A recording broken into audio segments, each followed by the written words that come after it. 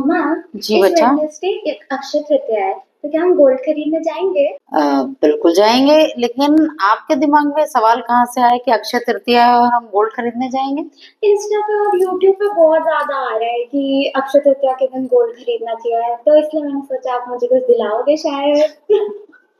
आ, आपको लेना है गोल्ड, ले लेंगे, बिल्कुल ले लेंगे, लेकिन अक्षय तृतीया के दिन नहीं लेंगे। अच्छा, क्यों? आपको पता है अक्षय तृतीया का मतलब क्या है? अक्षय तृतीया क्यों मनाई जाती है, क्या महत्व है उसका? नहीं, नहीं मुझे पता। पता नहीं है। अक्षय तृतीया में दो शब्द हैं। पहला है अक्षय और दूसरा है तृतीया।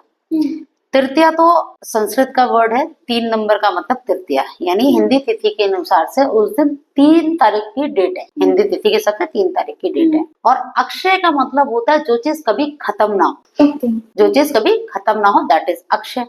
अब गोल्ड खरीदना चाहिए या नहीं खरीदना चाहिए, आप मेरी पूरी बात सुनने के बाद डिसाइड करना कि हम उस दिन गोल्ड खरीदें या नहीं खरीदें। ठीक है, मैं आपके ऊपर छोड़ती हूँ, आप डिसाइड करना।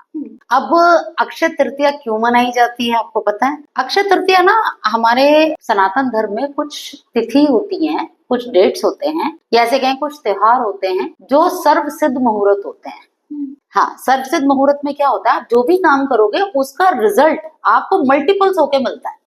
अच्छा करोगे तो अच्छा रिजल्ट मिलेगा, बुरा करोगे तो बुरा रिजल्ट मिलेगा।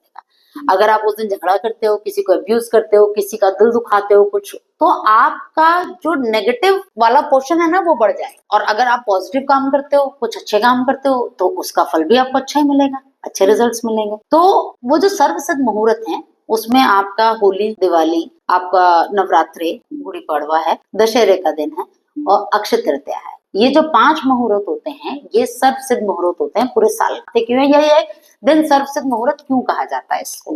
लक्ष्मी जी के बारे में तो आपको पता ही है, विष्णु जी की सबसे प्रिय वस्तु लक्ष्मी जी हैं और लक्ष्मी जी के सबसे प्रिय विष्णु जी हैं। जब मंथन के समय लक्ष्मी जी क्षीर सागर से निकली तो उस समय ये था कि भाई लक्ष्मी जी को कौन रखेगा, क्योंकि लक्ष्मी जी की महिमा किसी को उस समय पता नहीं थी। तो उन्होंने तपस्या करी और तपस्या के बाद जिस दिन विष्णु जी ने उनको अपने हृदय में बिठाया वो दिन अक्षय तृतीया का दिन था। तिथि के हिसाब से वो अक्षय तृतीया का दिन था। लक्ष्मी जी की तपस्या का फल उनको क्या मिला कि विष्णु जी ने उनको अपने हृदय में वास दिया, उनको अपने हृदय में बैठाया। और जिस व्यक्ति को आप अपने हृदय में बैठाते हो तो आपका सबसे ज्यादा प्रिय हो जाता है। साथ ही इसी दिन पांडवों के बारे में भी आपको पता ही होगा कि दुर्योधन ने उनको उसमें हराया था चौसर में, और उसके बाद उनको बोला था कि आप छोड़ के चले जाओ। तो वो राजमहल वगैरह अपना सब त्याग के जंगल में चले गए। जब वो जंगल में थे तो उस समय एक ऋषि मुनि वहां पहुंचे और उन्होंने उनसे कहा कि हमें भोजन कराओ। तो पांडवों ने सोचा कि यार हमारे पास यहाँ अपने खाने के लिए कुछ नहीं है, तो हम ये ऋषि मुनियों को सबको कैसे भोजन कराएं? तो वो दुविधा में बैठे थे और उन्होंने भगवान के सामने अपना तपस्या शुरू करी कि भैया भगवान को हमें रास्ता दिखाओ, कुछ करो।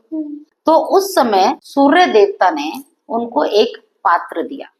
पात्र मतलब कलश एक दिया और उनको ये वरदान दिया उस कलश को देते हुए कि इस कलश को जब तक आप साफ करके उल्टा नहीं कर दोगे तब तक इसके अंदर भोजन आता रहेगा। ठीक है, जिसको उन्होंने अक्षय पात्र बोला।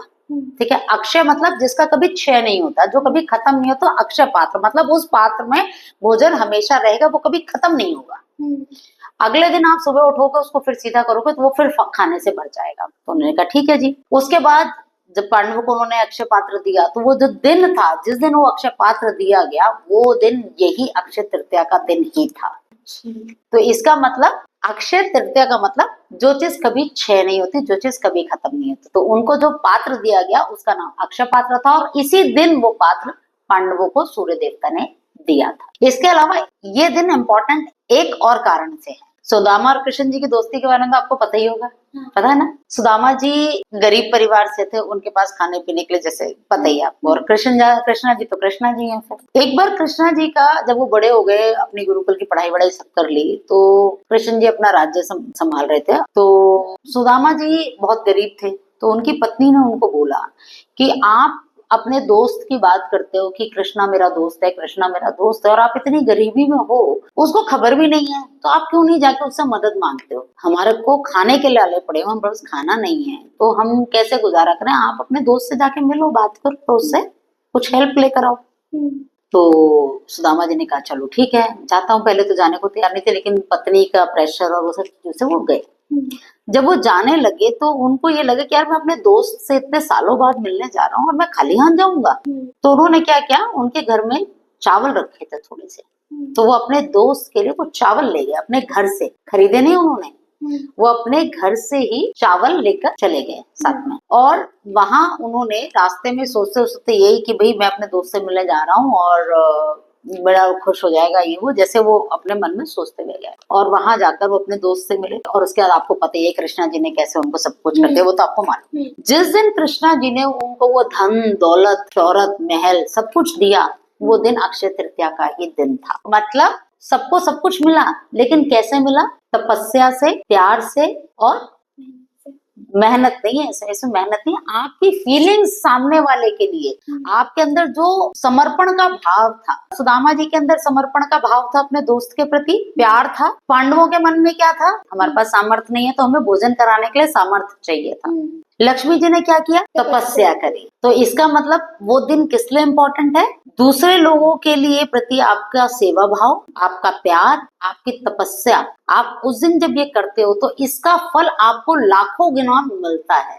जैसे सुदामा जी ने चावल दिए तो उनके बदले में उनको कितना धन दौलत मिली, पांडवों को अक्षय पात्र मिला जिससे उन्होंने ऋषि मुनियों को खाना खिलाया और उनको उसका आशीर्वाद मिला, जो आगे जाकर उन्होंने महाभारत का युद्ध हुआ, कृष्ण जी का, वो सारी आपको पता ही है। और लक्ष्मी जी को विष्णु जी का साथ मिला।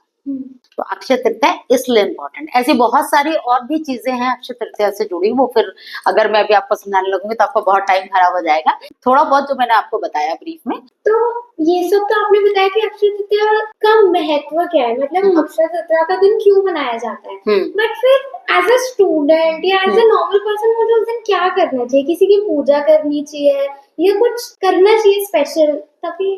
हाँ, उस दिन का दिन बहुत स्पेशल है। जैसे मैंने बताया कि आप जो कुछ भी करोगे वो आपको मल्टीपल्स होके मिलेगा। तो सबसे पहले तो ये ध्यान रखना है कि उस दिन कोई गलत काम नहीं करना। गलत काम मतलब किसी से झगड़ा नहीं करना, गुस्सा नहीं करना और किसी की बैक बिचिंग भी नहीं करनी है। That is most important. किसी की बैक बिचिंग नहीं करनी है। ऐसा काम जो आप चाहते हो कि आपकी जिंदगी में ना रहे, ना हो, आपको वो सब काम नहीं करना है। करना क्या है? अब बात करते हैं करना क्या है। तो उस दिन 2-3 काम जरूर करने चाहिए। पहली चीज कि किसी भी भूखे व्यक्ति को खाना जरूर खिलाना चाहिए। ठीक है, खाने में आप अपनी सामर्थ्य के हिसाब से कुछ भी खिलाओ।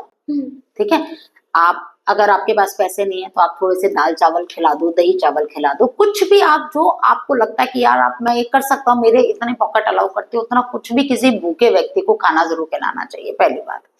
दूसरी बात, आपको गाय अगर मिल जाए तो गाय की सेवा करनी चाहिए। गाय की सेवा में जैसा आप कर सकते हो, जो भी आप कर सकते हो। भगवान का भजन, प्रार्थना, उपासना जरूर करनी चाहिए। मंदिर जाना चाहिए। ऐसे जो भी काम जो अच्छे हैं, जो आपको लाइफ में आगे बढ़ाते हैं, वो सब आपको करना चाहिए।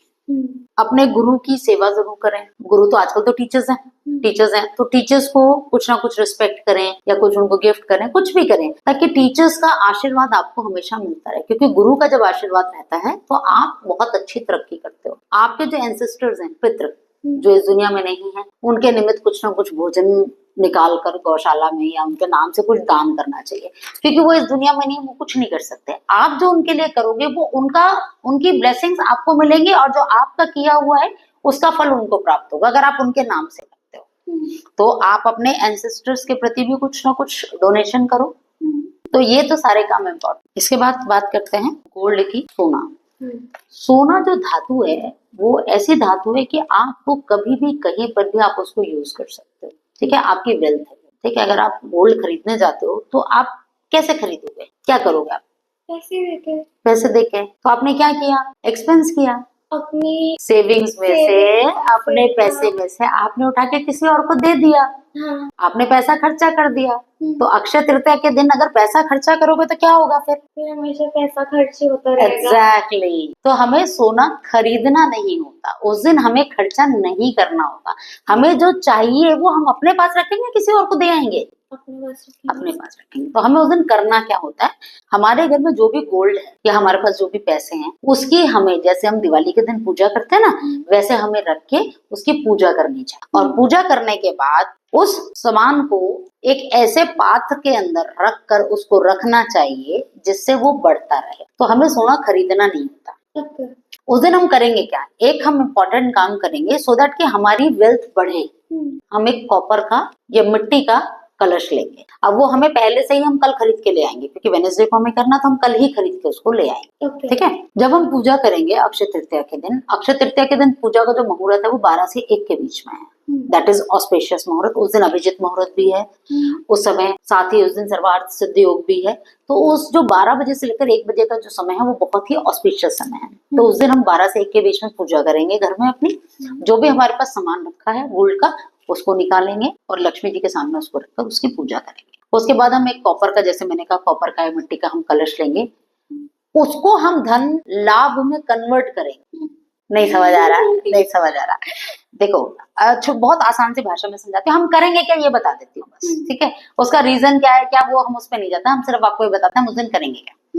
जैसे हमने कहा कि हम गौशाला जाएंगे, हम एंसेस्टर्स के प्रति कुछ ना कुछ करेंगे, गौशाला में गाय की सेवा करके आके और वहां पे जो वर्कर्स हैं उनको हम कुछ ना कुछ खाने के लिए खिलाएंगे, ये हम सुबह करेंगे। ठीक है।